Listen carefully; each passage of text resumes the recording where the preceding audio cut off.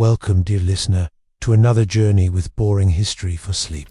Tonight, we invite you to drift back to the medieval shores of Northern Europe, to the bustling ports of the Hanseatic League, where merchants, sailors, and laborers wove a tapestry of trade that stretched across the Baltic and beyond. Close your eyes, if you wish, and let the weight of the day slip away. Imagine the creak of wooden ships, the temps of salt in the air, and the steady rhythm of a world long past. This is not a tale of kings or conquests, but of ordinary lives shaped by toil, ambition, and the quiet wonders of a forgotten age. Our journey will carry us through 15 stories, each a window into the Hanseatic world of the 13th to 17th centuries. We'll begin by stepping into the boots of a dockworker, laboring under the grey skies of Luke. From there, we'll explore the dreams of a mayor, the legends of lost cities, and the crafts that bound distant ports together. There's no rush, no urgency, only the gentle unfolding of history, like waves lapping at the shore. So settle in,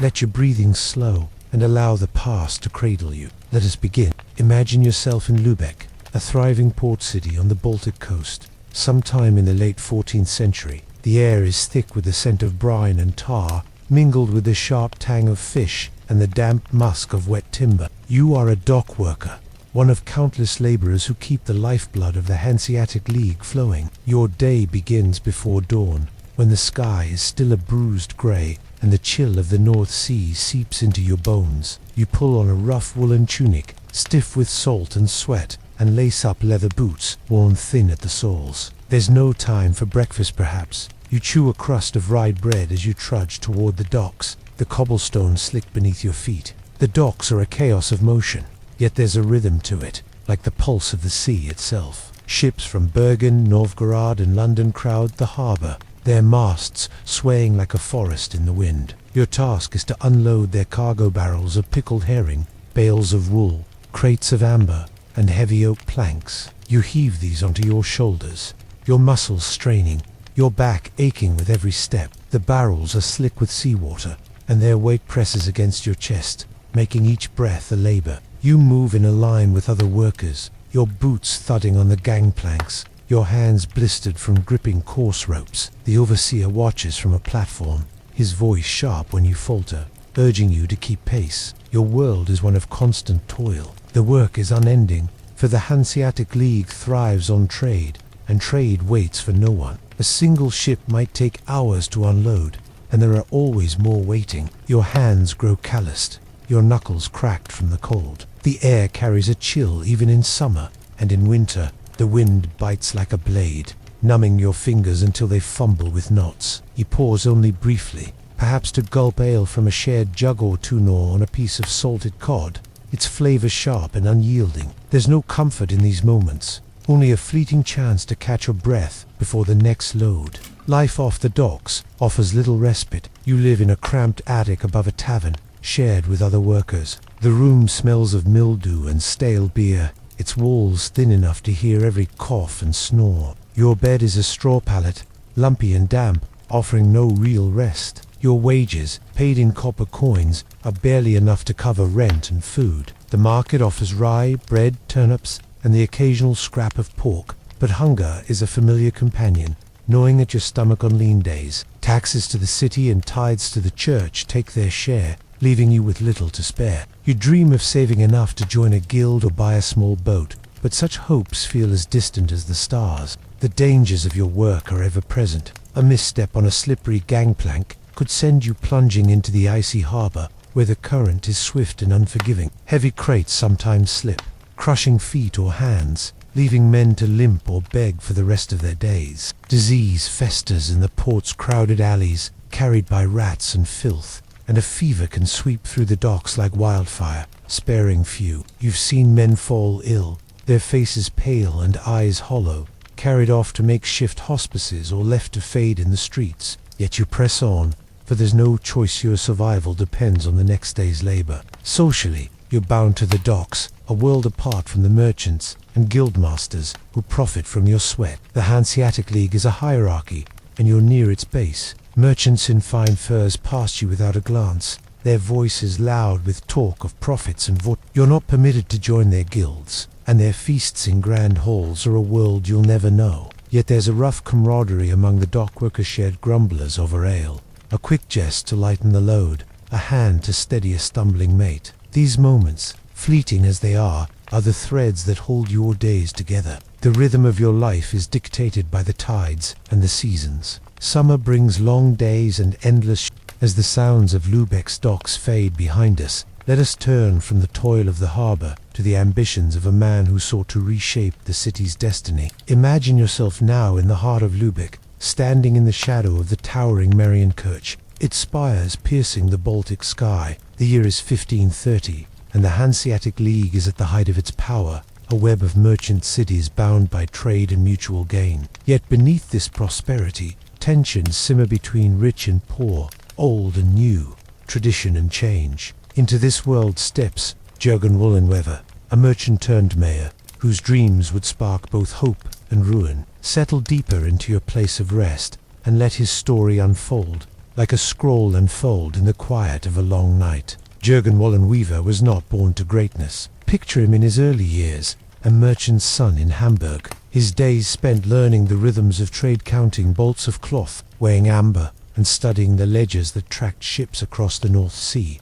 The air in his father's shop was heavy with the scent of wax and wool, the shelves lined with goods from distant ports. Jürgen was sharp-minded, his eyes keen and his tongue quick, but his family was modest. Far from the elite guildmasters who ruled the Hansa, he moved to Lübeck in his youth, drawn by its wealth and opportunity, and there he climbed the ranks, not through birth but through cunning and resolve. By his 30s, he was a respected merchant, his voice heard in the city's council, his ambitions growing like the tides. Lübeck in the 1530s was a city of contrasts. Its streets bustled with traders and craftsmen, their voices mingling in a dozen tongues: German, Danish, Russian, English. The marketplace hummed with the clink of coins and the rustle of furs, while the harbour, as we've seen, pulsed with the labour of dock workers, yet wealth was unevenly shared. The great merchant families, cloaked in velvet and gold, dominated the Rothos, their decisions favouring profit over fairness. Artisans and labourers grumbled, their wages stagnant, their taxes heavy. The Protestant Reformation was sweeping Europe, its ideas of reform and equality stirring hearts in Lübeck's taverns and workshops. Jürgen, a man of Lutheran leanings, saw opportunity in this unrest, not just for himself, but for a city he believed could be greater. In 1531, Jürgen's moment arrived. Picture the council chamber, its walls hung with tapestries, the air thick with the scent of polished oak and candle smoke. The old mayor had died, and the council, swayed by Jürgen's charisma and promises of change, elected him as Lübeck's leader. He was an unlikely choice, a newcomer, not of the ancient families, but his speeches were fire, tempered by reason. He spoke of a Lübeck free from Danish influence, a city where artisans and merchants shared prosperity, where the Hansa's power would grow not just through trade but through bold action. The councillors nodded, the townsfolk cheered, and Jürgen took his place, his fur-lined cloak heavy on his shoulders, his mind alight with plans. As Mayor Jürgen moved swiftly, he allied with the city's guilds, bakers, smiths, weavers, promising them a voice in governance. He pushed for reforms, easing taxes on the poor and challenging the monopolies of the elite. The streets of Lübeck buzzed with hope, the taverns alive with talk of a new era. Imagine walking those streets, the cobblestones cool underfoot, the air carrying the scent of fresh bread and sea salt. You pass a guild hall, its windows glowing with candlelight, where craftsmen toast Jürgen's name. But not all were pleased. The old merchant families, their wealth tied to tradition, whispered of recklessness, their eyes narrow as they watched Jürgen's rise. Jürgen's ambitions stretched beyond Lübeck. He dreamed of breaking Denmark's grip on Baltic trade, particularly the tolls on ships passing through the Risund Strait. In 1533, he saw his chance. Denmark was embroiled in a succession crisis, its throne contested after King Frederick I's death. Jürgen rallied Lübeck's council and convinced them to wage war, the Count's feud, as it would be called. Picture the war council, maps spread across a table, the air heavy with tension. Jürgen, his voice steady, argued for a fleet to seize Copenhagen and install a pro-Hanseatic king. The council agreed, and Lübeck's ships, laden with cannon and men, sailed north, their sails catching the wind like wings. The war began with promise. Lübeck's forces, allied with Swedish rebels, captured key towns. Jürgen's name echoed in Baltic ports, a symbol of defiance. But war is a fickle master. The campaign stretched Lübeck's coffers thin, and the Danish forces, backed by nobles, proved resilient. Imagine the Baltic Sea, its waters grey and churning, as Lübeck's ships limped back, their hulls battered, their crews weary. The cost of the war weighed heavily. Taxes rose, trade faltered, and the city's poor, once Jürgen's allies, grew restless. In the marketplace, you hear their murmurs, their voices low but sharp, like the wind before a storm. Jürgen's enemies in Lübeck seized their moment. The old merchant families, joined by wary councillors, accused him of overreaching, of plunging the city into debt and danger. In 1535, they ousted him as mayor, stripping him of power. Jürgen, undeterred, fled to lead a mercenary army, hoping to reclaim his vision through force. Picture him now, no longer in fine robes, but in rough armor, his face lined with fatigue, riding through Schleswig's muddy fields. His rebellion faltered, and in 1537 he was captured by his enemies, betrayed by those he once trusted. His end was swift, but not without dignity. Imprisoned, Jürgen faced trial, his accusers painting him as a traitor. He spoke in his defense, his voice steady, claiming he acted for Lübeck's glory. The judges were unmoved. In a quiet courtyard, under a sky heavy with clouds, Jürgen's life was ended not with fanfare. As the echo of Jürgen Woolen-Weaver's ambitions fades into Lübeck's cobblestone streets, let us turn our gaze to the misty horizons of the Baltic Sea, where legends linger like fog over the water. Imagine yourself now on a wooden pier, the boards creaking beneath your feet, the air heavy with the scent of seaweed and salt. The year is uncertain, perhaps the 14th century, perhaps earlier, and the Hanseatic League is a web of ports bound by trade and tales. Among these tales is one that has haunted sailors and scholars alike. The story of Veneta, a fabled city said to have vanished beneath the waves. Close your eyes, if you haven't already, and let this mystery unfold, as gentle and elusive as the tide. Veneta, if it ever existed, was whispered to be a jewel of the Baltic, a trading hub rivaling Lübeck or Visby in its prime. Picture a city rising from the sea's edge, its walls of stone and timber gleaming under a pale northern sun. Its streets bustled with merchants from distant lands, their carts laden with furs, wax, and silver. Ships crowded its harbor, their sails taut, carrying goods to Novgorod and London. The air was alive with the clatter of workshops, the chant of monks, and the laughter of children chasing gulls. Temples and guild halls stood tall, their roofs adorned with carved beasts, and the scent of fresh bread and smoked fish drifted through the alleys. This was Veneta, or so the stories claim, place of wealth and wonder, a beacon of the early Hansa. But Veneta's tale is not one of enduring glory. The legend tells of a city lost, swallowed by the Baltic's cold embrace. Imagine standing on a cliff, the wind tugging at your cloak as you gaze out at the sea. The water is grey and restless, its surface hiding secrets. According to medieval chroniclers, Veneta was punished for its pride and greed. Some say its people grew arrogant, hoarding wealth while neglecting the poor, their feasts lavish while others starved. Others claim they turned from the old gods or the new Christian faith, inviting divine wrath. One stormy night, the tales go, the sea rose in fury, waves crashing over the walls, dragging Veneta to the depths. By dawn, nothing remained but foam and driftwood, the city erased as if it had never been. The story of Veneta was recorded by men like Adam of Bremen, a 11th century scholar whose quill scratched tales of the north. He described a city of unmatched splendor, yet one that vanished. Its location vague, perhaps near the island of Rügen, or the Pomeranian coast, or the mouth of the Oder River. Later chroniclers, writing in the Hanseatic era, embellished the tale, their words weaving a cautionary fable for merchants and sailors. Imagine a tavern in Lübeck, its air smoky with tallow candles, where a bard recounts Veneta's fate to wide-eyed listeners. The story served a purpose, a reminder to temper ambition, to honor faith and community, lest the sea claim its due. But was Veneta real, or merely a myth born of mist and longing? Let us drift to the realm of archaeology, where the past lies buried in sand and silt. Scholars have long sought Veneta's traces, combing the Baltic coast for clues. Picture a windswept beach, the dunes dotted with reeds, where excavators sift through layers of earth. Some point to the island of Usedom, where medieval pottery and sunken timbers hint at a lost settlement. Others look to Wallin, a Polish island with remnants of a Viking Age port, its quays once alive with trade. Stone foundations, broken amphorae, and rusted iron suggest bustling towns, but none bear Veneta's name. The sea, too, has been searched divers, gliding through murky depths, their lanterns catching glints of sunken walls or scattered coins. Yet the Baltic is vast, its currents jealous, hiding what it claims. Another theory whispers of a different fate. Perhaps Veneta was not destroyed but transformed, its name fading as its people merged into newer cities like Stralsund or Jadosk.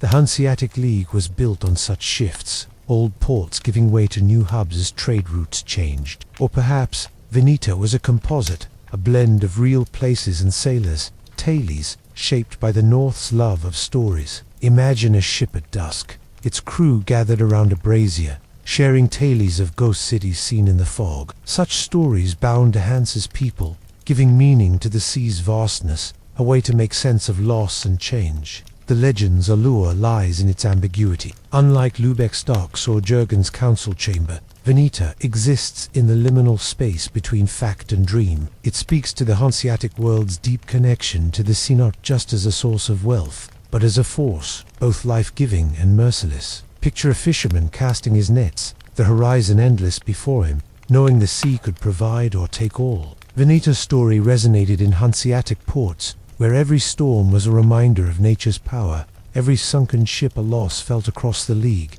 Modern scholars continue to ponder Veneta, their debates as calm as the waters on a still day. Some see it as a memory of a real catastrophe perhaps, a storm surge or tsunami, common in the Baltic, that drowned a coastal town. Others view it as a moral allegory, crafted by monks to warn against hubris. A few even suggest it reflects the decline of Slavic or Viking settlements, overtaken by the Hanse's rise. No single answer emerges, and perhaps that's as it should be. The mystery of Veneta is a quiet invitation to wonder, to let the mind drift across centuries and seas. As you rest now, imagine the Baltic at twilight, its waves catching the last light, whispering of cities lost and found. Veneta may never rise from the depths, but its story endures, a soft echo in the Hanseatic world we explore tonight. Let that echo carry you forward as we turn to another facet of this age, where wealth and power shape lives far different from the dockworker's toil.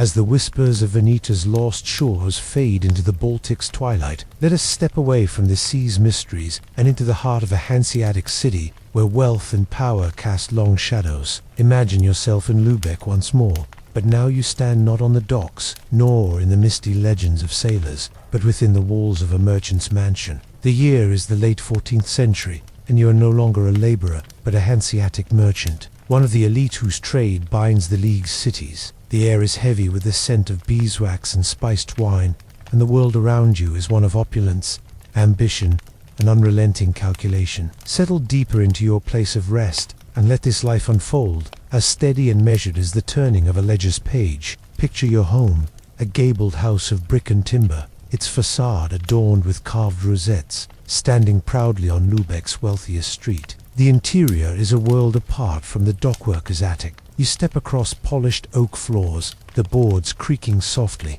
and past tapestries woven with scenes of ships and saints. The great hall, where you receive guests, glows with candlelight, the flames dancing on silver goblets and pewter plates. The air carries the warmth of a hearth, mingling with the faint perfume of cloves and cinnamon, imported from distant Venice. Your clothing reflects your Statusa doublet of fine wool, dyed deep blue, and a cloak lined with marten fur. Its weight a constant reminder of your place in the Hanseatic hierarchy. Your day begins not with the dawn's chill, but with the soft light filtering through leaded glass windows. You rise from a feather bed, its linens crisp, and break your fast at a heavy table. Servants set out rye bread, smoked salmon, and a bowl of stewed apples, their sweetness a luxury. You sip ale or watered wine, the flavors rich on your tongue, while reviewing letters from partners in Bergen or Brut. These letters, sealed with wax, detail shipments of card wax or cloth, each word a thread in the vast web of trade that is your life's work. Your mind is sharp,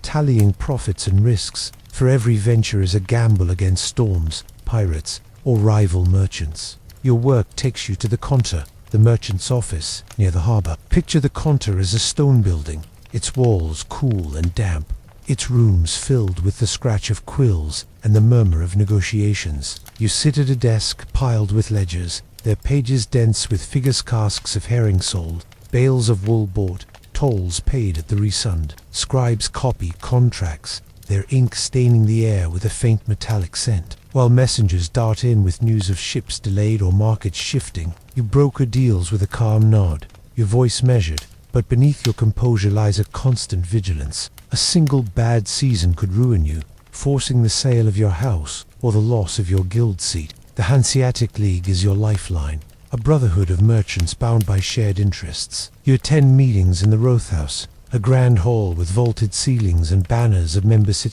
Rostock, Riga.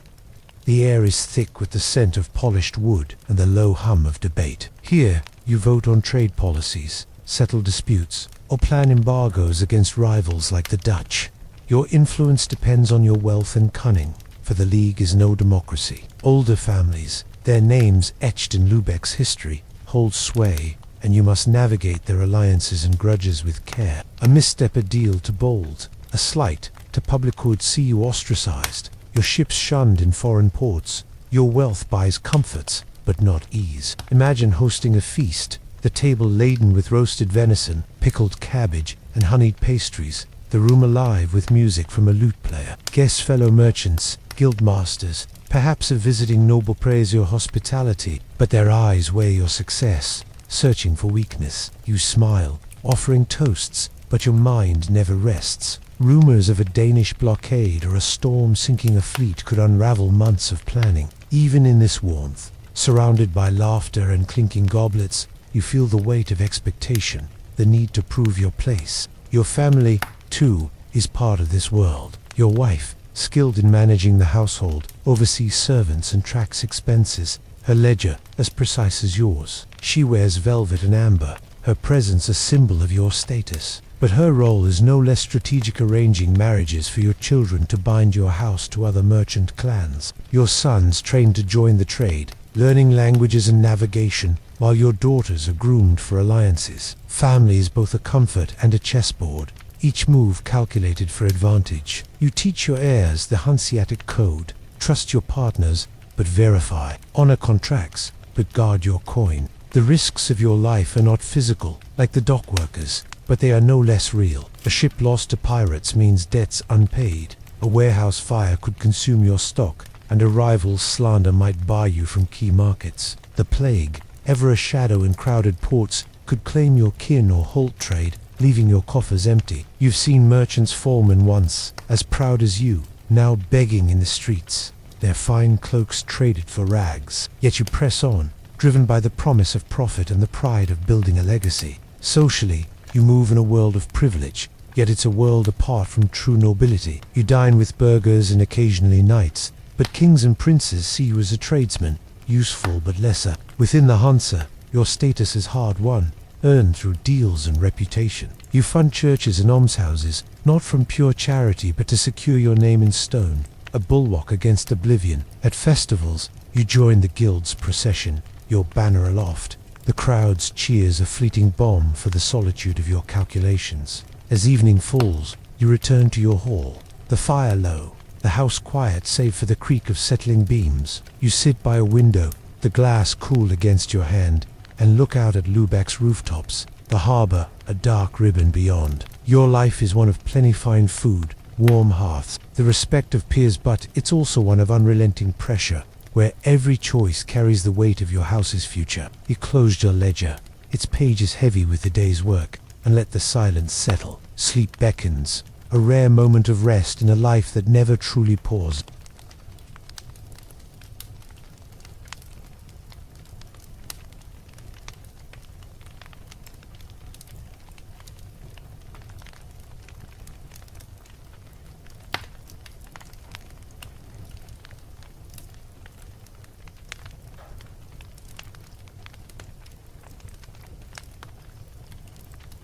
As the glow of the merchant's hall fades, with its ledgers and candlelight, let us step out from Lübeck's wealthy streets and wander toward the edge of the city, where the river Trave meets the Baltic's embrace. Imagine yourself now in a Hanseatic shipyard, the air thick with the scent of fresh-sawn oak and molten pitch, the ground dusted with curls of wood shavings. It is the 14th century, and the Hanseatic League thrives on the ships that carry its goods across stormy seas. Here, in the heart of this craft, skilled shipwrights shape the vessels that bind the League's ports. This is the art of Hanseatic shipbuilding, a labor of precision and patience, as steady as the tides. Rest now, and let this quiet craft unfold, like a plank smoothed by a craftsman's hand. Picture the shipyard, a sprawling yard of timber and tools, nestled along the riverbank. The skeleton of a ship rises before you, its oak ribs curving like the bones of some great beast, lashed with hemp ropes and propped by wooden braces. The cog, the Hanseatic ship of choice, is a sturdy vessel, broad and deep, designed to carry barrels of herring or bales of cloth through the North Sea's tempests. Its construction is a dance of many hand shipwrights, carpenters, rope makers, and sailmakers, each with a role in the rhythm of creation. The air hums with the tap of mallets, the rasp of saws, and the low murmur of workers calling measurements, their voices blending with the river's gentle lap. Your place, for now, is among the shipwrights, men whose craft is both science and tradition. Imagine standing beside a pile of oak planks, their grain rough under your fingers, their scent sharp and earthy. These planks, hewn from forests in Pomerania, had been seasoned for years to resist the sea's rot. He selects one, testing its weight, and carry it to the ship's frame. The master shipwright, a grizzled man with eyes like slate, marks the plank with chalk, his hands steady despite decades of labor. You follow his lead, shaping the wood with an adze, the blade biting into the oak, sending chips flying like soft snow. Each stroke is deliberate, the wood's resistance a conversation between you and the material. The cog's design is simple yet ingenious. Its hull is clinker-built, with planks overlapping like scales, each fastened with iron nails driven deep. You kneel beside the frame, the ground damp beneath you, and hammer nails, their metallic temps mingling with the pitch smeared to seal the seams. The work is slow,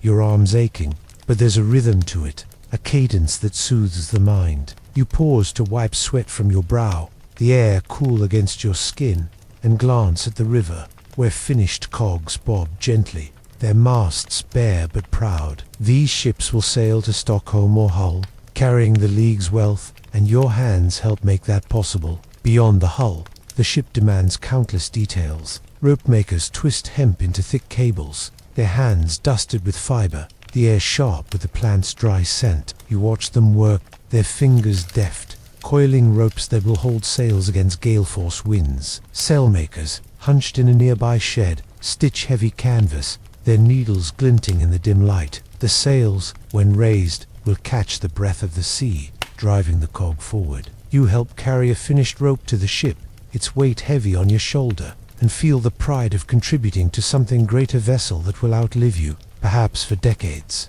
The shipyard is not without its hardships. The work is grueling, your back stiff from bending, your hands blistered from tools. Winter brings a biting cold, the river's edge rimed with frost, and your fingers fumbled with frozen nails. Summer's heat is no kinder, the sun baking the yard, the pitch sticky and sharp Accidents are a constant, shadow are slipped. Axe can gash a leg, a falling beam can crush a man, leaving him to limp, or worse. You've seen such moments, the yard falling silent as a worker is carried away, his fate uncertain. Disease, too, lurks in the crowded city, and a fever can spread through the workers, halting the yard's rhythm. Yet the craft continues, driven by the League's insatiable need for ships. The shipwright's life is one of community, bound by shared skill. Imagine the end of a long day, the sun dipping low, painting the river gold. You gather with your fellows around a fire, the air cool now, the flames casting shadows on weathered faces. Someone passes a jug of ale,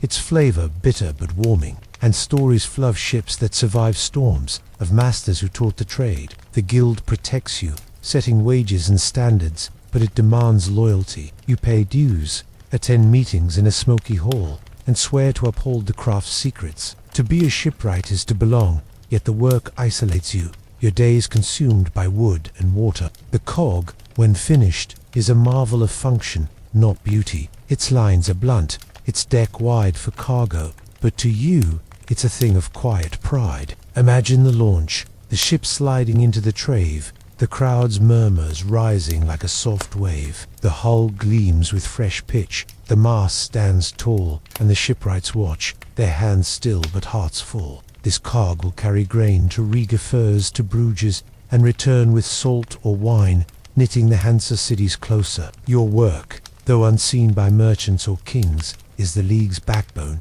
a craft that holds the sea at bay. As night falls, the shipyard quiets, the tools laid down, the fires banked. You walk home through Lübeck's streets, the air carrying the faint tang of the harbor, your body weary but your mind calm. The rhythm of the yard lingers in your thoughts, the tap of the hammer, the curve of the plank, the promise of the sea. Sleep beckons, as steady as the tide, and you let it carry you, the shipyard's hum fading into dreams.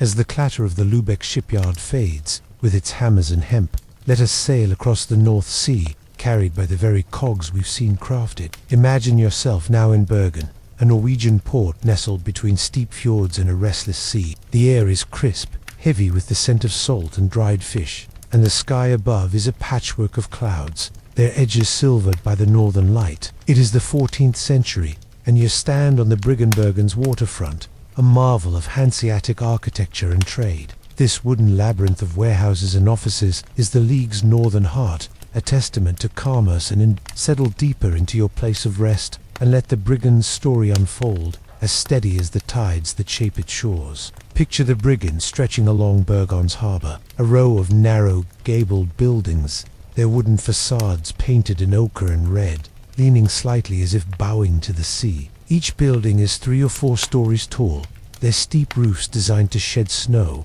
their walls weathered by salt and storm. The structures are built on pilings, driven deep into the muddy shore, their foundations creaking with every tide. Narrow alleys, called ganga, run between the buildings, dark and damp, barely wide enough for 2 men to pass. These passages twist like veins, leading to courtyards where barrels and crates are stacked. The air thick with the musky scent of card and the sharp temps of tar. The brigand is both a workplace and a community, a world unto itself, alive with the hum of trade. Step closer and feel the rough planks beneath your feet, slick with mist and fish oil. The waterfront is a hive of activity, yet there's a rhythm to it. like the breath of the sea. Merchants in fur-lined cloaks haggle over prices, their voices mingling with the shouts of stevedores unloading ships. Cranes groan as they hoist barrels of stockfish dried cod, Bergen's gold onto the docks. The scent of fish is inescapable,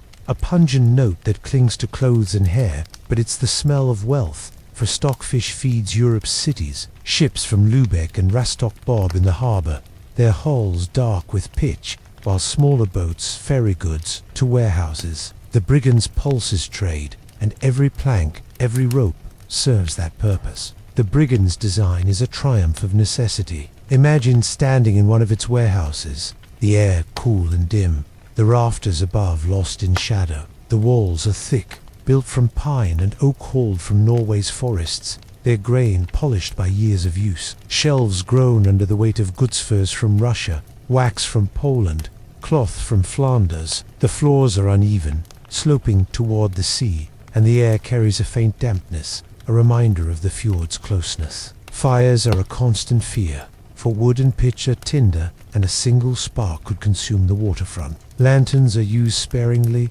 their light flickering on barrels, and night watchmen patrol the Ganga, their boots echoing in the stillness. The brigand is not just a place of storage, but a hub of Hanseatic power. Picture the Konter, the German merchant's office, housed in a sturdy building at the brigand's heart. Its rooms are warmed by hearths, the air scented with wax and ink, where clerks record shipments and settle disputes. The Konter is a foreign enclave, governed by Lübeck's laws, not Norway's, a privilege won through trade and diplomacy. German merchants, distinct in their pointed caps and long robes, oversee the brigand, their authority absolute. They hire local Norwegians as laborers or apprentices, but the highest roles are reserved for Hansa men, creating a quiet tension that hums beneath the surface. Life on a brigand is a blend of order and hardship. Imagine a young apprentice, barely 16, sweeping the warehouse floors, his hands raw from handling ropes. He lives in a dormitory above the Konter, a narrow room with straw pallets and a single brazier for warmth. His meals are simple stockfish stew, rye porridge, and a eaten in a communal hall where laughter and grumbles mix. The work is long, from dawn to dusk, sorting goods, checking inventories, or repairing storm-damaged walls. The cold is relentless, seeping through cloaks, and the damp air breeds coughs that linger. Yet the brigand offers opportunity. A clever apprentice might rise to clerk or merchant, his name known in Lübeck or Danzig. The brigand's endurance is remarkable, for it faces constant threats. Storms batter Bergen's coast, their winds howling through the Ganga, tearing shingles from roofs. Fires, sparked by a careless lantern or lightning, have razed the brigand more than once, leaving only charred timbers. Each time the Hansa rebuilds, the new structures mirroring the old, as if defying the sea's wrath. Disease, too, stalks the crowded waterfront, carried by ships from distant ports. A fever can empty the Konter, leaving ledgers untouched, and the dead are buried swiftly, their names added to church rolls. Yet the brigand persists, its wooden heart beating through centuries. The brigand's beauty lies in its function, not ornament. Picture it at dawn, the fjord shrouded in mist, the building's red and yellow facades glowing softly. The harbour mirrors the sky, its surface broken by the ripple of oars. Gulls wheel overhead, their cries sharp but distant, and the air carries the mingled scents of fish, wood, and salt. The brigand is a monument to the Hanseatic League's reach, linking Norway's cod to Europe's tables, Norway's timber to Europe's ships. It is a place of labor, yes, but also of connection, where goods and ideas flow like the tides. As you rest now, imagine standing on the brigand at twilight, the harbor quiet, the ships at anchor. The wooden facades creak softly, settling into the night, and the fjord reflects a scattering of stars. The brigand's story is one of resilience, of a place built and rebuilt, its timbers holding the weight of a trading empire. Let that quiet strength carry you forward, as we turn to another facet of Hanseatic life, where the marketplace hums with the pulse of commerce.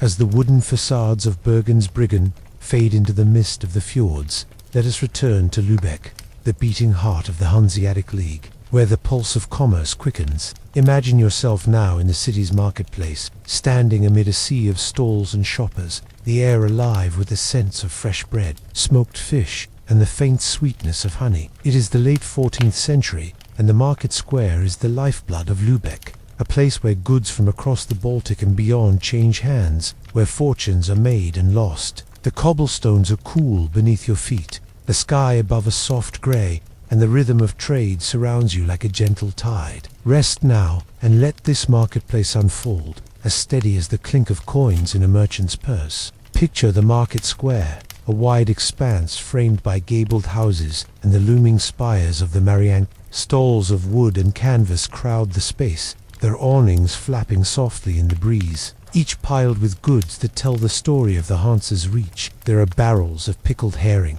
their briny scent sharp in the air, and sacks of rye grain, their weight pressing the stall's boards. Bolts of woolen cloth, dyed in deep blues and reds, lie folded beside bundles of amber, their golden glow catching the light. Furs from Russia marten, sable, and fox drape over tables, their softness a lure for wealthy buyers. Spices like pepper and saffron, carried from Venice, sit in small pots, their exotic aromas mingling with the earthier notes of turnips and cabbages grown in nearby fields. You are a trader, perhaps a small-scale vendor, your stall modest but carefully arranged. Your goods, let's say, ropes of smoked sausage and wheels of hard cheese are local, bought from farmers in Your table is worn, its surface scarred from years of use, and you stand behind it, your woolen cloak dusted with flour from a neighboring baker's stall. The market opens at dawn, and you've been here since the first light, arranging your wares, your breath visible in the cool morning air. Customers drift past, housewives with baskets,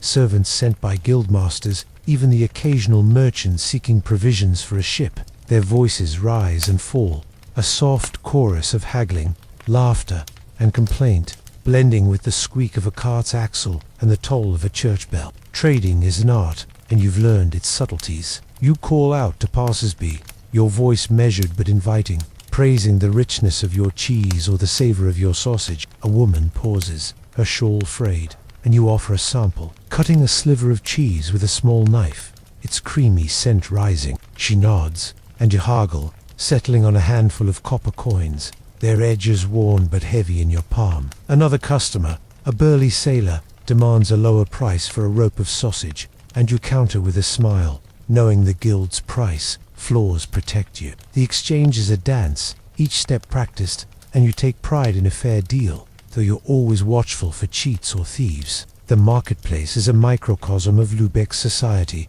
where all classes mingle, yet hierarchies remain. Wealthy merchants, their cloaks trimmed with fur, stroll with an air of authority, their servants trailing with baskets. They buy in bulk whole barrels of fish or stacks of cloth while you cater to humbler folk. Artisans, their aprons stained with dye or soot, barter for food to feed their families. Beggars linger at the edges, their eyes hopeful, and you might toss them a bruised apple, a small act of charity that earns a nod from the churchwarden watching nearby. The market is overseen by city officials, their badges glinting, who check weights and measures, ensuring no one sells short. A vendor caught cheating faces fines or the stocks, a public shame that lingers like a stain. The market's rhythm shifts with the hours. Morning is busiest, the stalls crowded, the air thick with voices. By midday, the pace slows, and you sit on a stool, sipping watery ale from a clay mug, its bitterness familiar.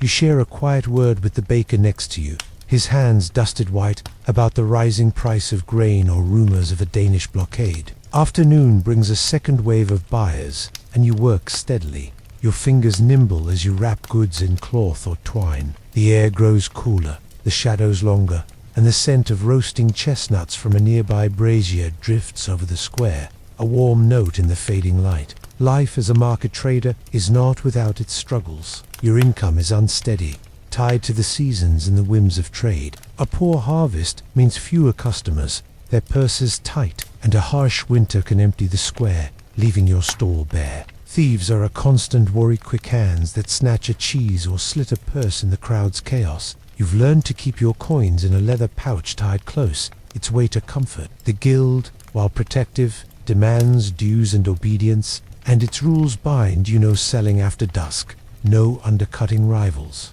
Taxes to the city and church, nibble at your earnings, and rent for your stall.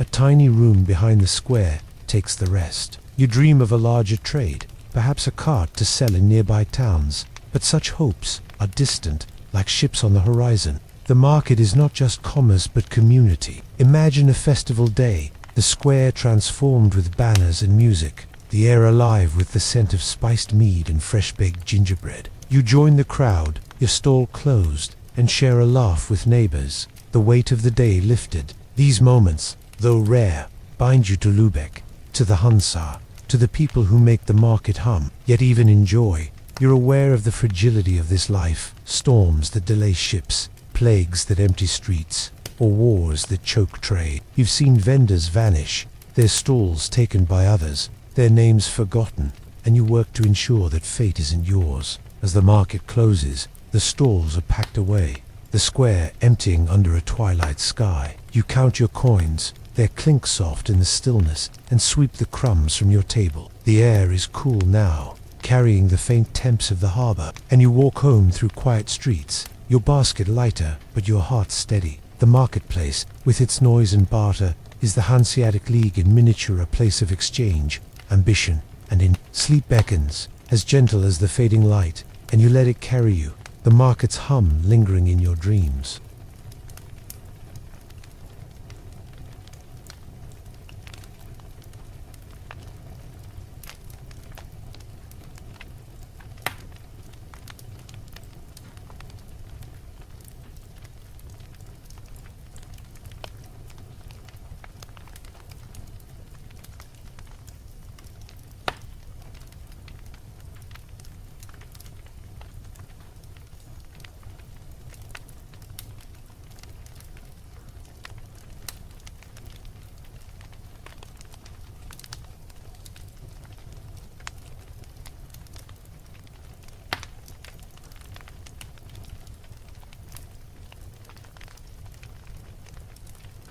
As the clamor of Lübeck's marketplace fades, with its coins and bartered goods, let us drift away from the city's cobblestones and out onto the vast, grey expanse of the Baltic Sea.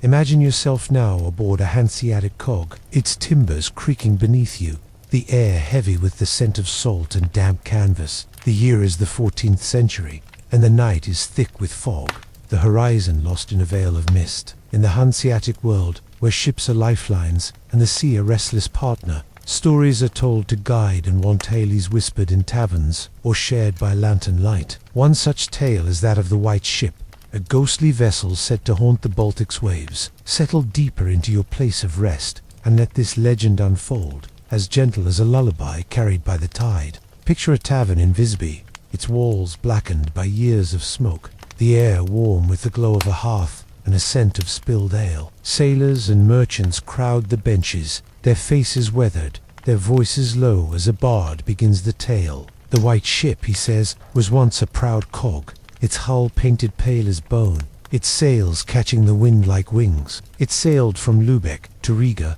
laden with amber and fur, its crew a mix of Germans and Swedes, their laughter echoing over the waves. The captain, a man of ambition, was known for his daring, pushing his ship through storms to outpace rivals. His name is lost to time, but his pride, the bard warns, was his undoing. The story goes that one autumn, as the Baltic grew wild with early gales, the White Ship set out despite warnings. Imagine the harbor at dusk, the sky bruised with clouds, the water churning against the quay. Old sailors, their hands gnarled from years at sea, shook their heads, muttering of Ominza, gulls circling thrice, a rope snapping without cause. But the captain, eager for profit, ordered the sails raised, and the ship glided into the fog, its white hull fading like a spectre. Days passed, then weeks, and no word came. The ship did not reach Riga, nor did it return to Lübeck. Families waited on the docks, their cloaks damp with mist,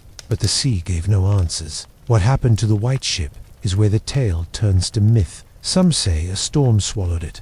the waves rising like mountains, splintering the hull and scattering the crew to the depths. Others claim betrayal a mutiny sparked by greed, the crew turning on their captain only to lose their way in the fog. The most enduring version, told with a shiver, is that the ship offended the sea itself. Perhaps the captain spurned an offering to the old gods, or mocked the Christian saints revered by his men. The sea, in its wrath, claimed the ship, but did not destroy it. Instead, it was cursed to sail forever, a ghostly vessel that appears in storms or moonless nights. Its sails tattered but whole, its crew's silent shadows. Imagine a sailor's tale.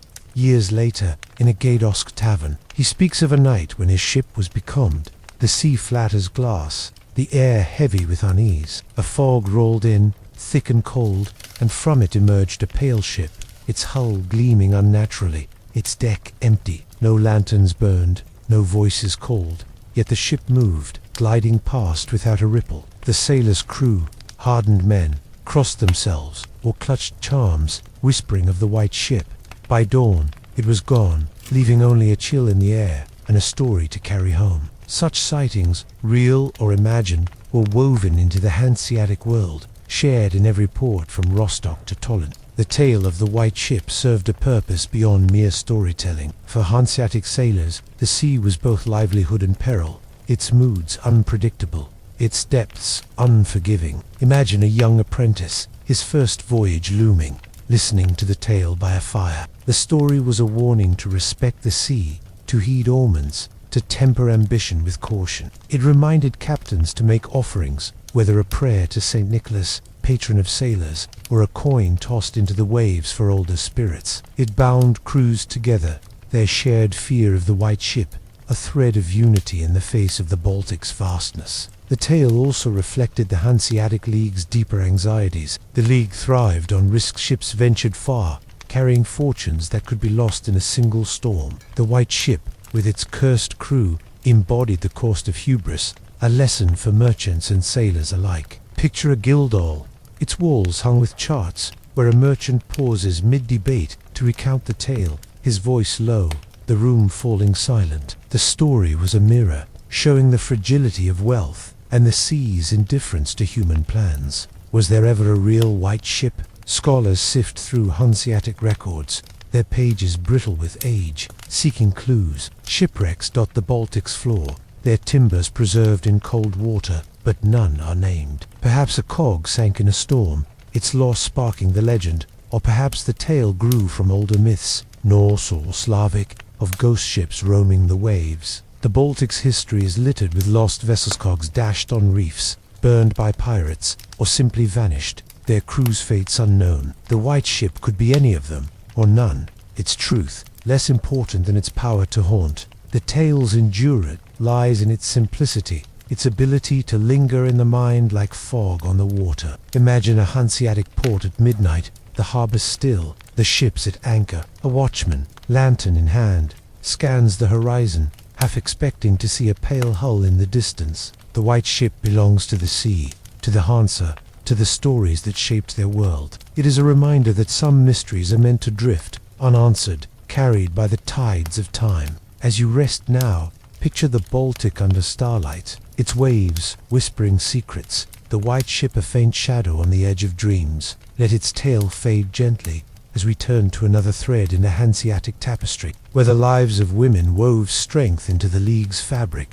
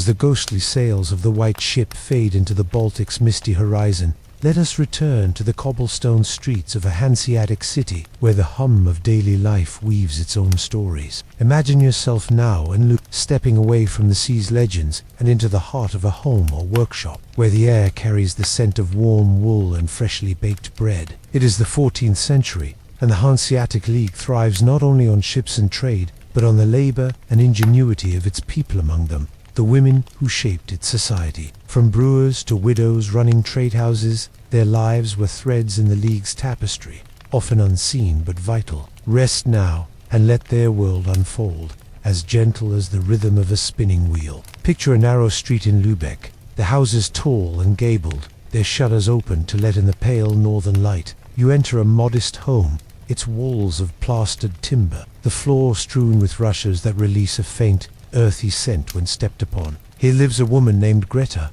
a weaver's wife, though her role is far more than that. The room is warm, a small hearth crackling, the air tinged with the smoky temps of burning pine. A loom dominates the space, its wooden frame strung with woolen threads, and Greta's hands move with practiced ease, the shuttle sliding back and forth, the cloth growing inch by inch. The clack of the loom is steady, almost hypnotic, a rhythm that fills her days and binds her to the city's economy. Greta's life, like many Hanseatic women's, is one of labor and responsibility. She rises at dawn, the air cool and damp, to knead dough for rye bread, its crusty scent soon filling the house. She tends a small garden behind the house, pulling turnips and herbs, their roots caked with soil. Her husband, a weaver, relies on her to spin wool into thread, a task that occupies her evenings. The spinning wheels hum a soft counterpoint to the children's chatter. When the cloth is finished, she joins him at the market, her voice quiet but firm as she haggles with buyers, her knowledge of prices as sharp as any merchant's. Her work is unpaid, yet it sustains the family, a silent pillar of the Hanse's trade. Not all women's lives are confined to the home. Imagine crossing the street to a brewhouse, its air heavy with the yeasty aroma of fermenting barley. Here, a woman named Auk runs her own trade. Brewing, a respected craft in Hanseatic cities, is often women's work, and Auk is a master. Her hands, rough from stirring vats, measure hops and malt with precision, the steam rising in clouds around her. The ale she brews thick, slightly bitter, is sold to taverns and ships, its casks rolled through Lübeck streets by her apprentices, all women trained in her art. ALC's brewery is her domain, her name known in the Guildhall, and her profits, though modest, grant her a measure of independence rare for her time. For women of higher status, the Hanseatic world offers different paths. Picture a merchant's widow, named Margaret, living in a grand house near the marketplace. Her husband, a trader who sailed to Novgorod, was lost to a storm, and now she manages his business. The hall is quiet, its walls hung with tapestries, the air scented with wax from candles that burn late. Margaret pores over ledgers, her quill scratching as she tracks shipments of furs and salt. She writes letters to partners in Bruges, her script precise, and meets with guildmasters, her velvet gown a signal of her wealth. The Hanseatic League allows widows to inherit businesses, and Margaret's acumen keeps her house prosperous, her ships sailing, her name respected. Yet her role as precarious rivals watch for weakness, and remarriage could strip her of control. Women's lives in Hanseatic society are shaped by both opportunity and constraint. The League's cities, with their bustling ports and markets, demand labor from all, and women step into roles that elsewhere might be barred. Some, like Auk, join guilds, their voices heard in meetings, though always outnumbered by men. Others work as midwives, their hands skilled in easing births, or as seamstresses, stitching sails for cogs. In the market, women sell fish, bread, or pottery, their stalls a riot of color and scent. Yet the church and guild set boundaries. Women's wages are lower, their rights limited, and their work often tied to family or widowhood. Imagine Greta pausing at her loom, her back aching, knowing her labor will never earn her a guild seat. The risks of life touch women deeply. Childbirth is a shadow, its outcome uncertain, and many households mourn losses, the silence heavy where a cradle once rocked. Disease, carried by ships, sweeps through crowded alleys,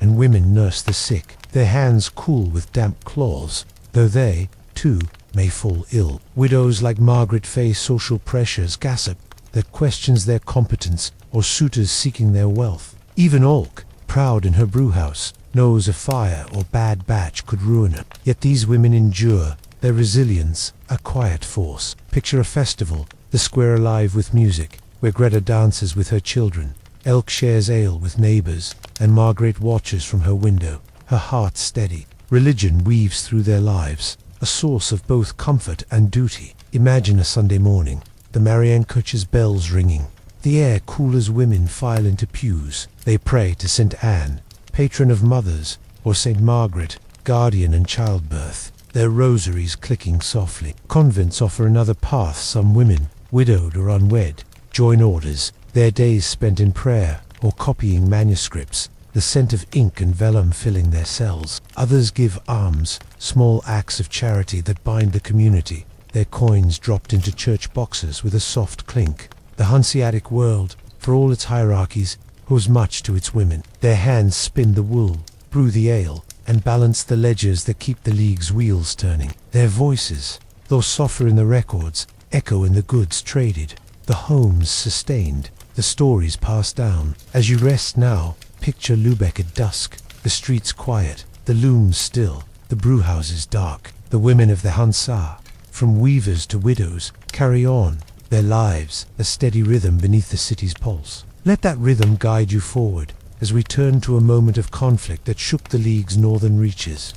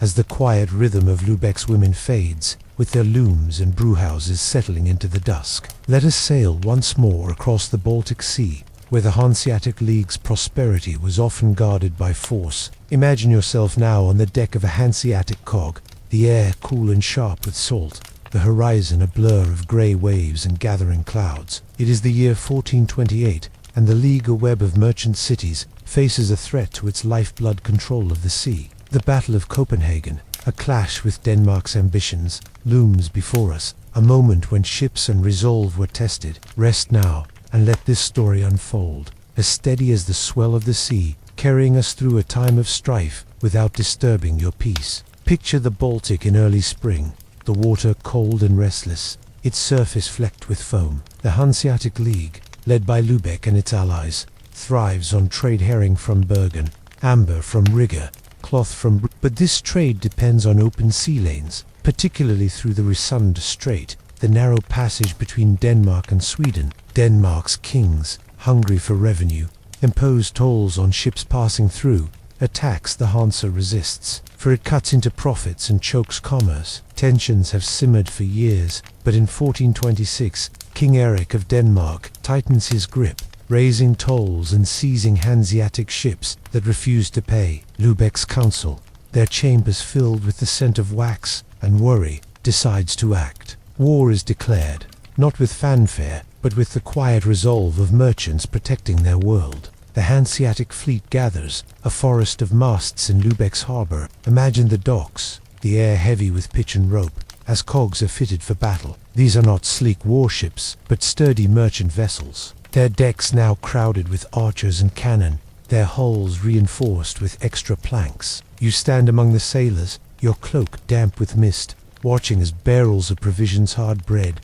salted cod, an alar loaded below. The men are a mix of seasoned mariners and hired hands, their faces set, their hands clutching crossbows or axes. The mood is somber, the weight of the task clear, yet there's a shared purpose, a determination to keep the sea free for trade. The fleet, joined by ships from Hamburg and Rostock, sails north, the sails catching a brisk wind, the waves slapping the hulls like a steady drum. Copenhagen, Denmark's stronghold, is the target. Picture the city from the sea, its walls of stone and timber rising from the shore, its harbour guarded by a chain and watched. The Danish fleet, smaller but fierce, waits in the Resund, their ships bristling with men. The Hanseatic commanders, meeting in a cramped cabin lit by a single lantern, plan a bold strike blockade. Copenhagen cut its supplies and forced Denmark to yield. The air in the cabin is thick with the scent of damp wool and ink, as maps are spread, their edges curling, and strategies whispered. The goal is not conquest but pressure, to show Denmark the cost of challenging the Hanse's trade. The battle begins on a chill April morning, the sky heavy with clouds. Imagine the sea, its waves rolling, the air sharp with the promise of rain. The Hanseatic fleet approaches, their sails taut, their cannon loaded with iron shot. The Danish ships advance, their oars dipping in unison, their banners snapping in the wind. The clash is not a single moment but a slow, grinding struggle spread across hours. Cannon fire echoes, a dull roar that shakes the deck beneath you, sending plumes of smoke into the fog. Arrows whistle through the air, finding their mark with a thud, and men fall, their cries swallowed by the sea's churn. The scene is chaotic yet distant, a tableau of struggle viewed through the mist, its details soften into despair your rest. The Hanseatic cogs, broad and stable, proved their worth. Their cannon, though few, outranged the Danish archers, and their numbers overwhelmed the smaller fleet. Danish ships, battered, begin to falter, some limping to shore, others drifting, their decks silent. The Hanse presses the blockade, anchoring beyond Copenhagen's harbour, their presence a silent threat. Supplies dwindle in the city, the markets emptying, the air heavy with the scent of fear. Weeks pass, the blockade holding, and Denmark's resolve weakens. By summer, King Erik agrees to negotiate, the tolls reduced, the Hanse's rights restored. The battle, though fierce, ends not in triumph, but in compromise, a merchant's victory won through patience. The cost, though, is heavy, and we acknowledge it gently. Many sailors did not return, their lives lost to arrow or wave, their names recorded in church rolls or forgotten. Ships were damaged, their timbers scarred, their repairs draining Lübeck's coffers. The blockade strained trade, leaving markets quiet, dockworkers idle, and merchants anxious. Yet the Hanse endured, its grip on the Baltic tightened, its message clear. The sea was theirs to guard. Imagine the fleet sailing home, the sails patched, the men weary but alive, the harbour of Lübeck, a welcome sight, its spires rising through the dawn. The Battle of Copenhagen was a fleeting moment in the Hanseatic League's long history, but it shaped the League's identity. It showed the Hanse's willingness to fight for trade, not with the glory of knights, but with the stubborn resolve of merchants. In Lübeck's taverns, the story was told quietly, over mugs of ale, the air warm with candlelight. Sailors spoke of comrades lost, of ships that held the line, their voices low, their pride tempered by memory. The battle became a reminder that wealth, like the sea, was never truly tamed, its price paid by those who sailed and fought. As you rest now, picture the Baltic at peace, its waves dot calm under a twilight sky, the ships at anchor, their lanterns glowing like stars. The Battle of Copenhagen fades into the past, its echoes soft, like ripples on the water. Let those ripples carry you forward, as we turn to another facet of Hanseatic life, where the art of healing wove care into the League's cities.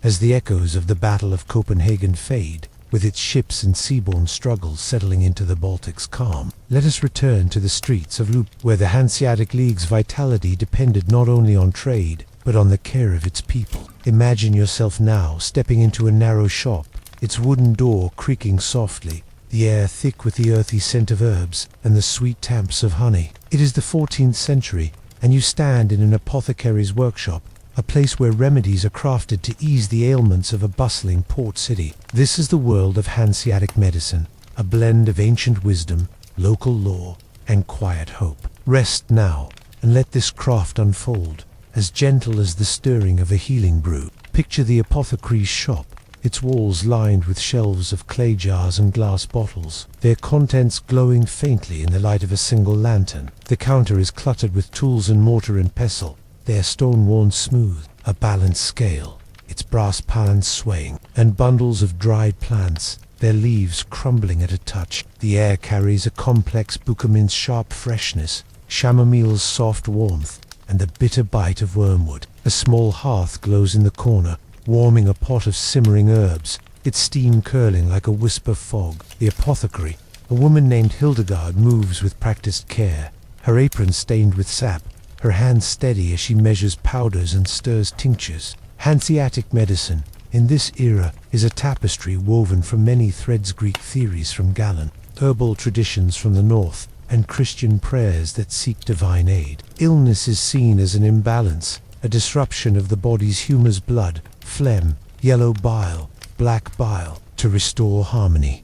The apothecary offers remedies tailored to the patient's needs. Imagine a dockworker, his cough harsh from the harbor's damp, visiting Hildegard's shop. She listens, her eyes keen, and prepares a syrup of horehound and honey, its sweetness masking the herb's bite. The worker sips it, the warmth soothing his throat, and leaves with a clay vial, his coins clinking softly on the counter. The apothecary's craft is both science and art. Picture Hildegard at work, her fingers deft as she grinds dried nettle in the mortar, the pestle's rhythm steady, like a heartbeat. She blends it with fennel seeds, their anise-like scent rising, to make a tea for a merchant's aching joints. For a feverish child, she steeps willow bark, its bitter brew cooled with mint, and adds a prayer to Saint Walburga, patron of the sick. Some remedies use exotic ingredients: amber from the Baltic ground into powder for heart ailments, or saffron from Venice, a costly pinch to calm nerves. These are traded through the Hanse's routes,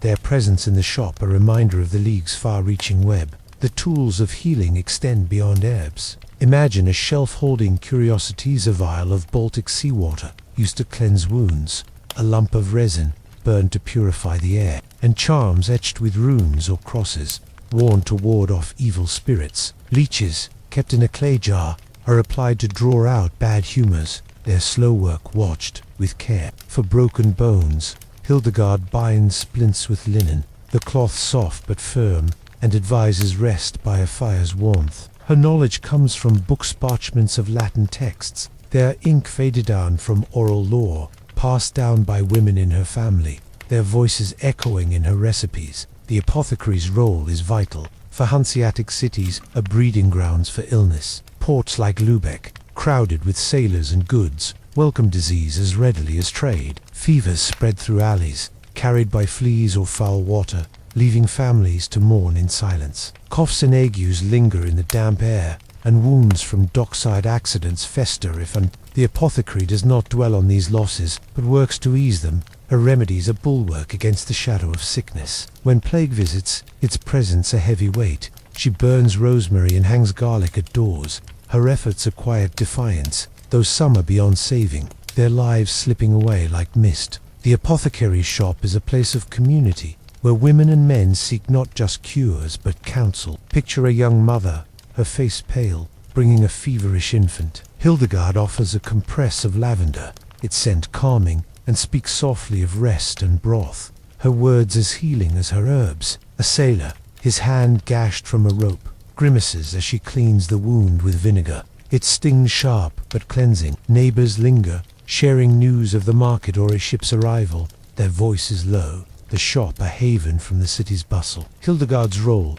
though respected, is humble. She is no physician, her shop no hospital, but her care binds the community, like thread in a tapestry. The limits of Hanseatic medicine are real, and we acknowledge them gently. Some ailments defy herbs or prayers, leaving patients to fade, their breath slowing in darkened rooms. Surgery, when needed, is rare and perilous, left two barbers in back rooms, their blades swift but superstition mingles with science. Illness might be blamed on a witch's curse or a misaligned star, and charms are as common as salves. Yet the apothecary persists, her knowledge a light in the uncertainty. Hildegard keeps a small garden, its rows of sage and thyme tended with care, and visits the market for rare spices, her basket heavy with hope. The apothecary's life is one of quiet dedication. Imagine her at day's end, the shop dim, the fire low, as she sweeps the floor, the rushes rustling softly. She counts her earnings copper coins and the occasional silver enough for bread and rent,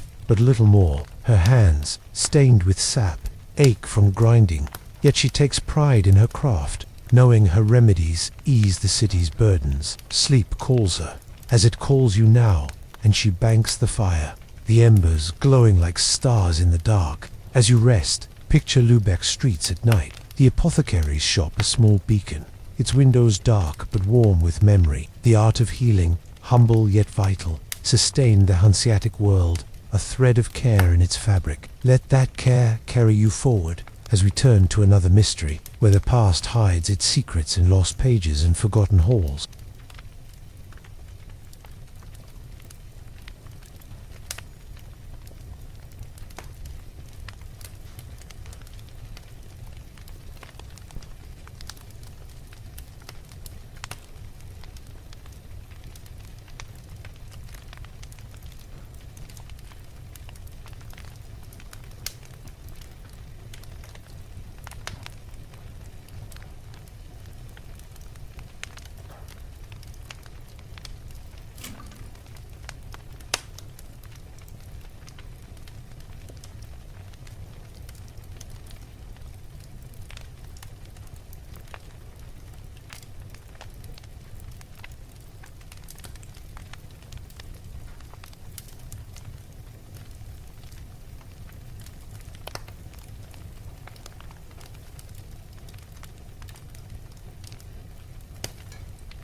As the apothecary's shop fades, with its herbs and healing warmth settling into Lübeck's quiet night, let us step into a different kind of sanctuary, one of knowledge and secrets. Imagine yourself now in a dimly lit chamber within Lübeck's the air heavy with the scent of aged vellum and dusty wax. The year is the 14th century, and you stand among the Hanseatic League's archives, a collection of records that chart the flow of trade, treaties, and lives across the Baltic. Yet not all these records have survived. Many are lost, scattered by time, fire, or neglect, leaving gaps in the Hanse's story. This is the mystery of the lost Hanseatic archives, a puzzle as elusive as a ship vanished in fog. Rest now, and let this enigma unfold, as gentle as the turning of a fragile page. Picture the archive room, its stone walls cool to the touch, its high ceiling lost in shadow. Oak shelves line the walls, groaning under the weight of bound ledgers, rolls of parchment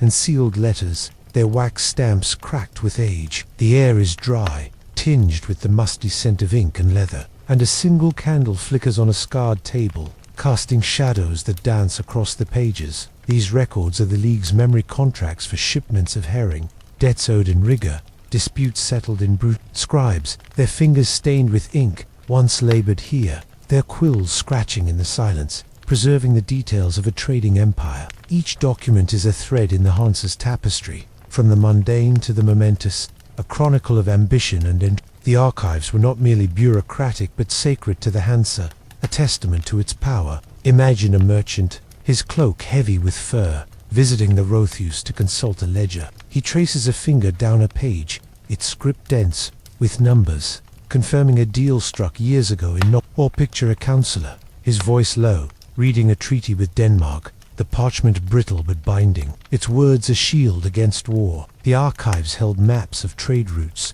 their lines curving like rivers, and lists of guild members, their names inked with care. Some documents were poetic letters from merchants stranded in storms, their words heavy with longing for home. These records, kept in locked chests or guarded rooms, were the League's lifeblood, as vital as the ships that sailed its seas. Yet the mystery lies in what has vanished. Many of these archives are gone, their absence a shadow over the Hanse's history. Picture a scribe's chamber centuries later, the shelves half empty, the air thick with dust. Some records were lost to fire, a common peril in wooden cities. Imagine a blaze in Lübeck's Rathaus, the flames licking at timbers, the air choked with smoke. Scribes scramble to save what they can, their arms full of scrolls, but many burn, their pages curling into ash, their secrets lost to the night. Other documents fell to neglect, stored in damp cellars, their ink fading, their parchment eaten by mold, the scent of decay replacing that of wax.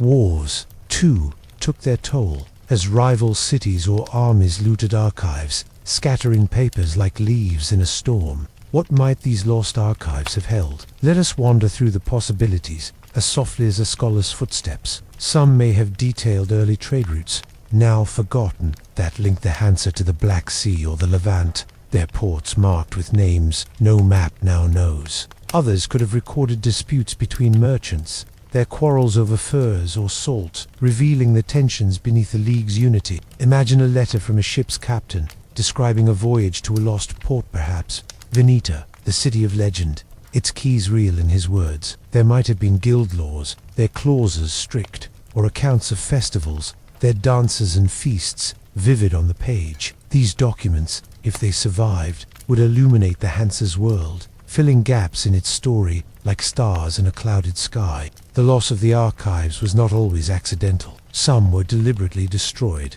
their contents too sensitive or inconvenient. Picture a council meeting, the air heavy with candle smoke, where leaders order records of a failed venture, perhaps a costly war or a scandalous debt cast into the fire. The flames flare briefly, and the evidence is gone, leaving only whispers in the guild. Other documents were taken, perhaps by departing merchants or foreign rivals, their pages carried to distant cities, now crumbled in forgotten attics. The Hanseatic League, for all its order, was a world of rivalries, and knowledge was power, hoarded or erased as needed. Scholars today seek these lost archives, their work a quiet quest. Imagine a modern library, its air cool, where historians pore over fragment-torn pages, faded charters, or copied extracts saved by monks. Some records survive in other cities, like Hamburg or Tollen, their archives less ravaged by time. Archaeologists, too, play a part, sifting through Lübeck's cellars or Bergen's waterfront, where a sealed chest might hold a ledger, its parchment brittle but intact. The scent of earth and age accompanies their finds, each page a whisper from the past. Yet most of the archives remain elusive, their contents a mystery that invites speculation without demanding answers. The lost archives speak to the fragility of memory, even in a society as meticulous as the Hanse. The League's wealth and reach were vast, but its records, like its ships, were vulnerable to the elements fire, water, time. Imagine a scribe, his quill paused, knowing his work might outlive him or might not. The archives were a bridge between past and future, and their loss is a reminder that history is incomplete, a mosaic with missing tiles. Yet the mystery of what was lost adds depth to the Hanse's story, a quiet invitation to wander, to let the mind drift across centuries. As you rest now, picture the Rathaus at midnight, its archive room silent, the candle long extinguished. The shelves hold what remains, their pages whispering of trade and toil, while the lost archives linger in the shadows, their secrets carried by time's gentle current. Let that current guide you forward, as we turn to a moment of celebration, where the Hanse's people gathered in faith and fellowship.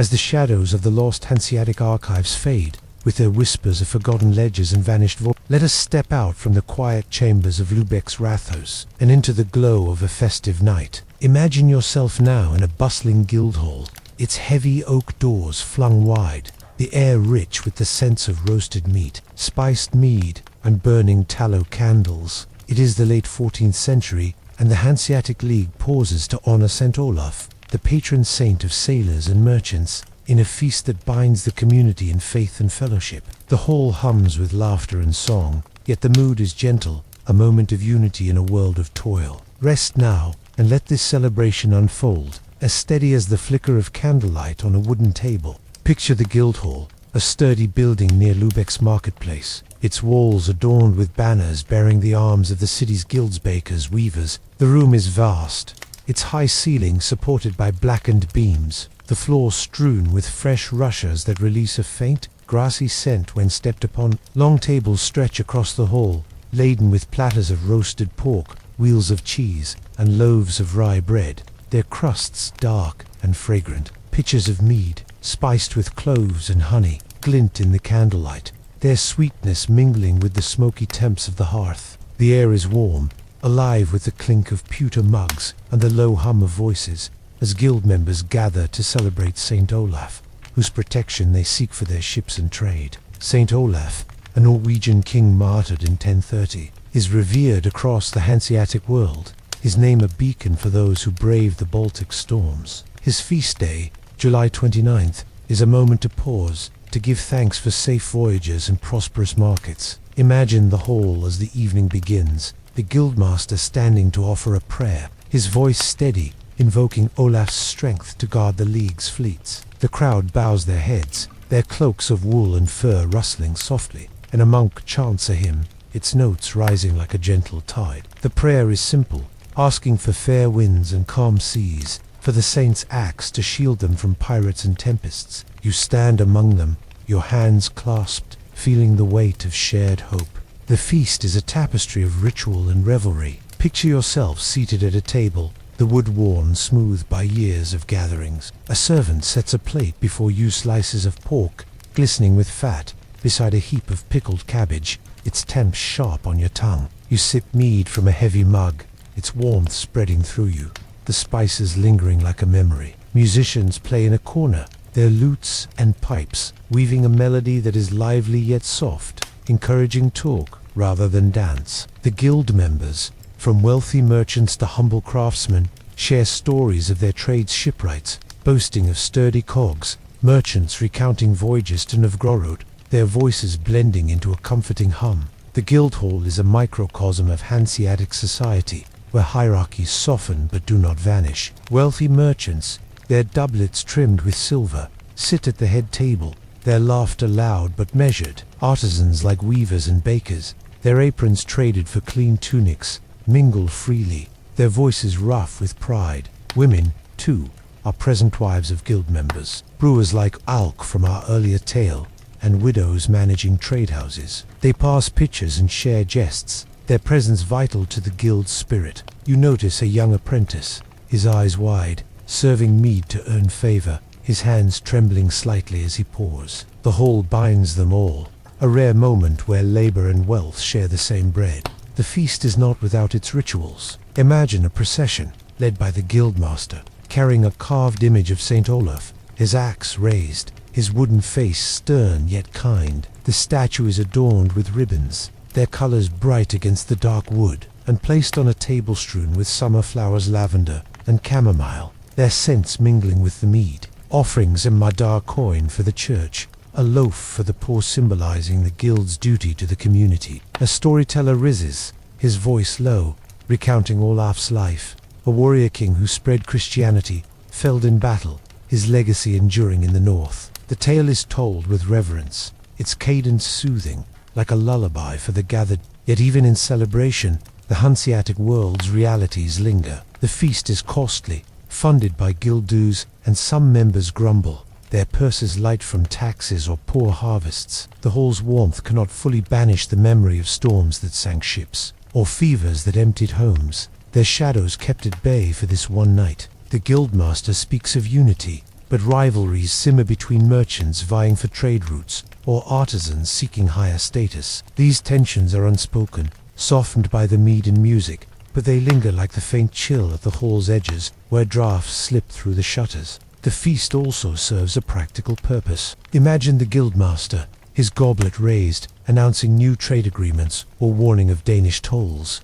The guild is a brotherhood, but it is also a business, and the feast strengthens bonds that secure contracts and cargoes. You listen, your mug warm in your hands, as plans are made to send a fleet to Bergen or to petition the council for lower taxes. These discussions, though vital, are calm, their urgency tempered by the night's warmth, the air thick with the scent of wax and roasted meat. As the evening wanes, the hall grows quieter, the candles burning low, their flames flickering on the walls. The musicians play a final tune, slow and mournful, and the guild members drift home, their cloaks pulled tight against the night's chill. You linger, the rushes soft beneath your feet, the air carrying the last traces of mead and smoke. The feast for St. Olaf is a moment of pause, a chance to honor the saint who watches over the Hanse's ships, to renew the ties that hold the league together. It is a night of light in a world of toil, a memory to carry into the dark. As you rest now, picture the Guildhall at midnight, its tables cleared, the fire banked, the banners still. The spirit of St. Olaf lingers, a guardian in the silence, his protection, a quiet hope for those who sail and trade. Let that hope guide you forward, as we turn to a broader tale where the Hanseatic League faced its slow decline.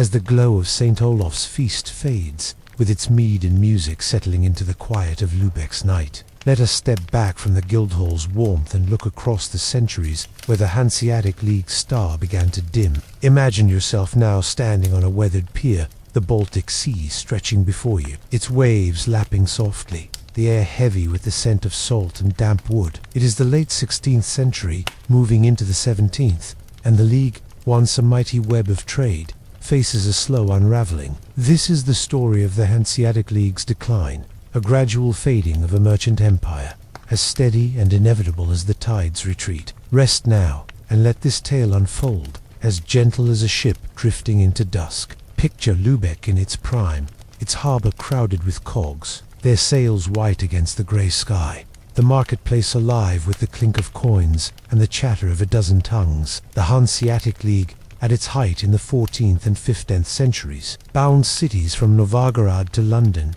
its merchants wielding power that rivaled kings. Yet by the late 1500s, cracks began to appear, subtle at first, like hairline fractures in a ship's hull. The air in the Rathos, once thick with ambition, now carries a note of unease, the scent of wax and ink mingling with the weight of whispered doubts. The League's decline was not a single blow but a slow erosion, shaped by forces both within and without, a tide that turned against the Hanse's dreams. The first shadow fell with the rise of... Imagine a map spread across a council table, its parchment creased, its lines marking the League's cities Lübeck, Hamburg, Bergen, Riga, in the 14th century. These cities answered to themselves, their guilds and councils sovereign in matters of trade. But by the 16th century, kings and princes grew stronger, their crowns gleaming with new ambition. In Denmark, Sweden, and England, rulers built navies and imposed taxes, their decrees written in ink, as binding as the Hanse's contracts. The resund tolls, once contested in battles like Copenhagen's, became permanent. Each coin paid a small cut to the League's wealth. The air in Lübeck's harbor grew tense, the creak of ships now accompanied by the sight of Danish warships, their cannons a silent threat. New trade routes, too, shifted the world's currents. Picture a merchant in Bruges, his ledger open, the candlelight flickering on columns of dwindling profits. The discovery of the Americas and the opening of sea routes to Asia drew trade away from the Baltic like water draining from a basin. The Dutch, once minor players, rose as rivals, their sleeker ships flight vessels, not cog sailing faster and cheaper to ports beyond the Hanse's reach. Spices, silks, and silver flowed through Amsterdam, not Lübeck, and the scent of pepper and cloves, once a staple in Hanseatic markets, grew faint. The Baltic trade herring, amber furs remained vital, but it was no longer enough. The markets quieter, the stalls less crowded. Internal divisions further weakened the League. Imagine a meeting in Lübeck's Rathaus,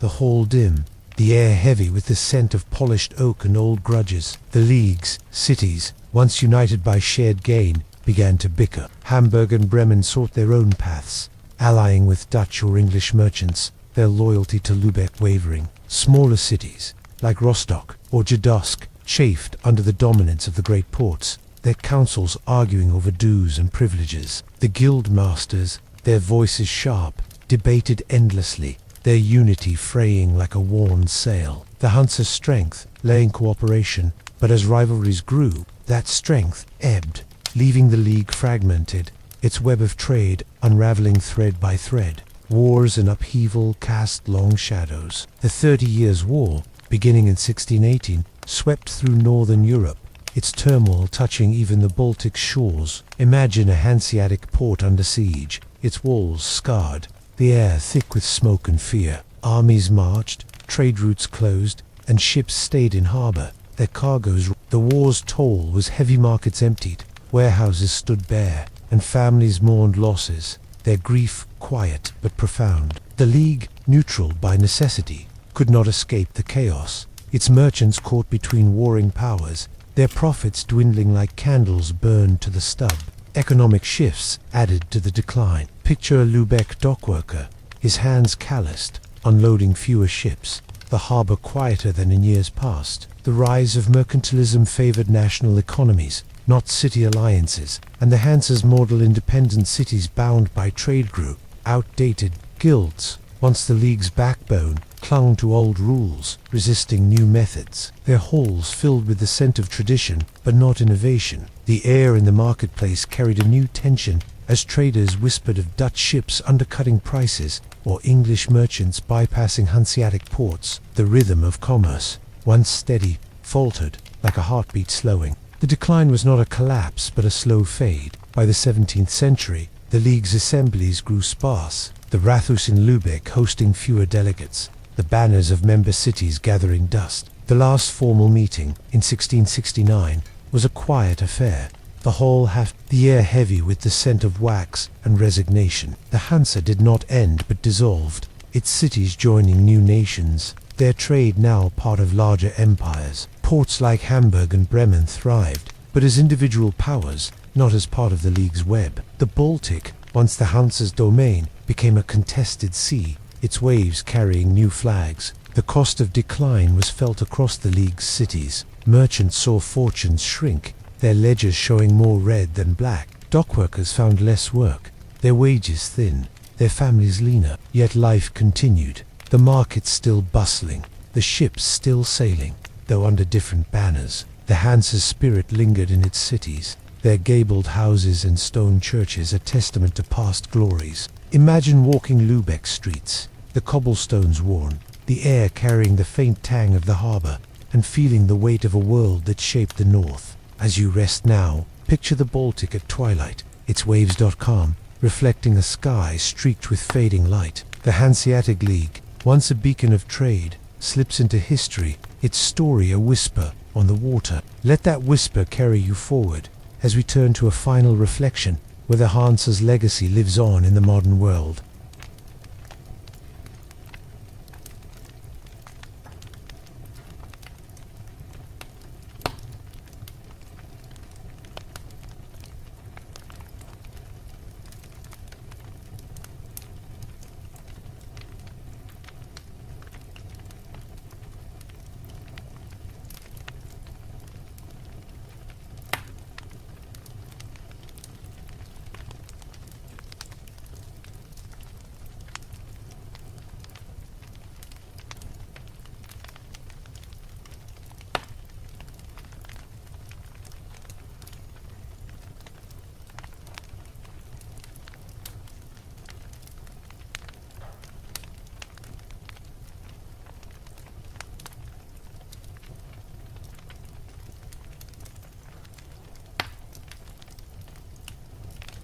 as the story of the Hanseatic League's decline fades, with its ships and markets settling into the Baltic's quiet twilight. Let us step forward through time, from the cobblestone ports of the past to the present day. Imagine yourself now standing on a modern quay in Lübeck, the air cool with the scent of salt and distant pine, the horizon alive with the lights of ships gliding silently across the water. It is the present, yet the echoes of the Hanseatic League linger in the stones, the streets, and the spirit of Northern Europe. This is the tale of the Hanse's lasting roots, a legacy woven into the fabric of modern cities and cultures. Rest now, and let this reflection unfold, as gentle as a tide easing toward shore, carrying you toward sleep.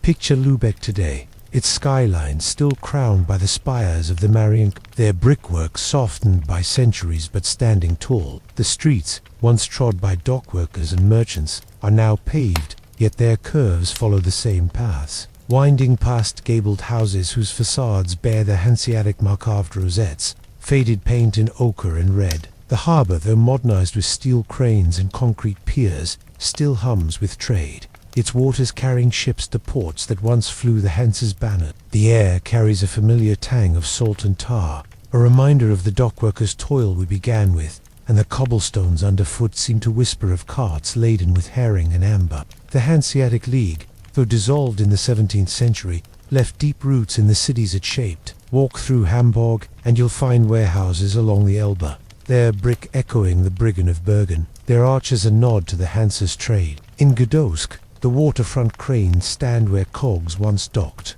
and the city's market square, with its fountain of Neptune, recalls the bustle of Lübeck's stalls. Riga and Tolen, to bear the Hanse's imprint, their medieval walls and guild halls preserved, their streets alive with the scent of fresh bread and roasted chestnuts, much as they were centuries ago. These cities, now part of modern nations, owe their prosperity to the League's web, their ports thriving because of the trade routes forged long ago. The Hanse's legacy lives in more than stone. Imagine a modern guild hall, its purpose changed, but its spirit intact, where business leaders meet, their laptops open where ledgers once lay. The Hanseatic model of cooperation cities, united for mutual gain, influenced Europe's economic traditions. The European Union, with its shared markets and trade agreements, carries a faint echo of the Hanse's councils, where Lübeck and Hamburg once debated tolls and treaties. The scent of ink and wax may be gone, replaced by the hum of digital screens,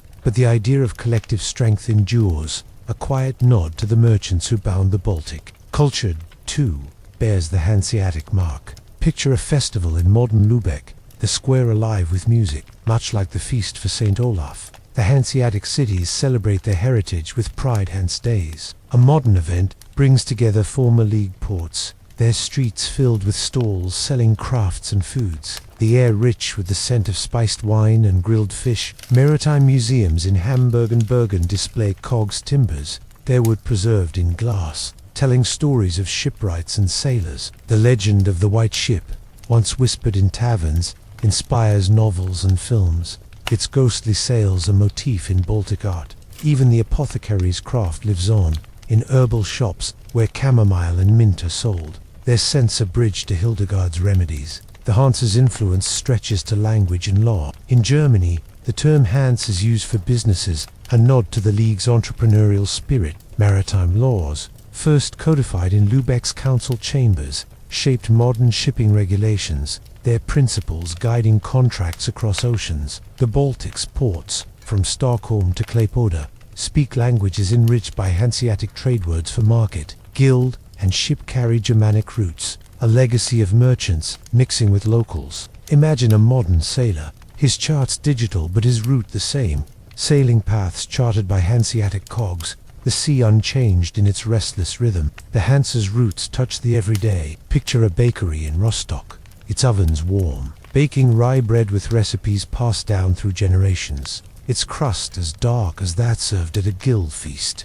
Or a modern shipyard, its cranes towering where wooden scaffolds once stood, building vessels with the same care as Hanseatic ship. The women of the Hanse, from brewers to widows, find echoes in entrepreneurs who run businesses in Hamburg's markets, their ledgers now on screens, but their ambition unchanged. The Baltic itself, its waves lapping at modern quays, remains the Hanse's heart, a constant that ties past to present. The Hanseatic League faced hardship, storms, wars, decline, yet its legacy is one of resilience. The dockworker's toil, the merchant's calculations, the apothecary's care, all built a world that endures in subtle ways. Imagine walking a modern street in Lübeck, the air cool, the spires overhead, and feeling the weight of centuries, not as a burden but as a comfort. The Hanse's story is one of connection, of cities and people bound by trade and trust, their efforts shaping a Europe that thrives today. As you rest now, picture the Baltic under a modern sky, its waters reflecting city lights, its harbors quiet but alive with memory. The Hanseatic League, though long gone, lives in the stones, the stories, the steady pulse of trade. Let that pulse carry you, a gentle rhythm, easing you towards sleep. We have one final reflection to share, a closing thought to cradle you as the past fades into the comfort of the present.